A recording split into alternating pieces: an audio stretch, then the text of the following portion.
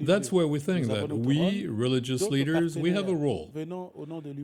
Our partners also have a role to play on behalf of humanity, of mankind, so that together we can cast out evil spirits and ask each member of the C.A.R.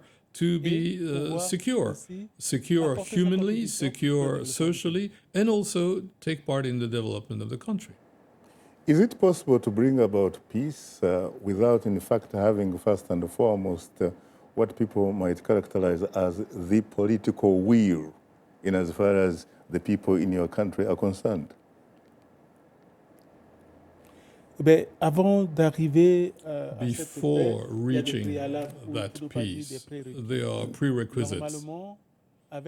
Normally speaking, our country has gone through so much that it is high time for the village to gather again. People must speak to each other. What happened?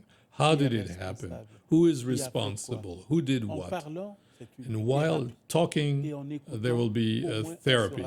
And listening to each other will be relieved. And at the same time, when we are talking, we want for justice to be rendered. Because very often you think that the victims are always victims and will always be victims. We think that another prerequisite is justice. The people who killed should not become ministers, presidents. It should not be able to divide the country. The international justice, national justice should pursue them. We should know that there is a rule of law in this world and in the other world.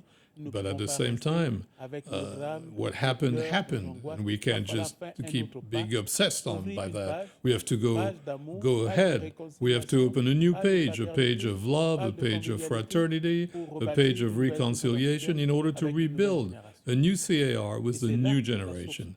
Now that you are perceived to be saints of peace, is there anything tangible, anything that you can touch on and say, you know what, Shaka, this is what we have since accomplished? What we have accomplished, number one, is that we have given the chance to the Central Africans not to be totally swept by the political storm that imposed a war on us, a religious war. This is the main act that we achieved, so that today believers are protected.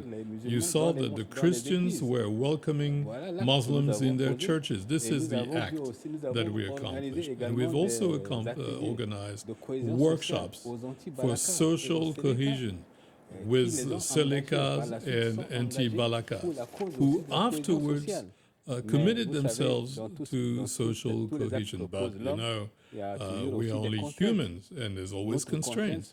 Our constraint is at the security level. We only have the word. We don't have a force. And we've come here to ask for the support of a great nation which fights against intolerance and injustice in the world, like the U.S., with other nations in the world, in order to help us disarm our extremists, the ones who take as hostages our communities.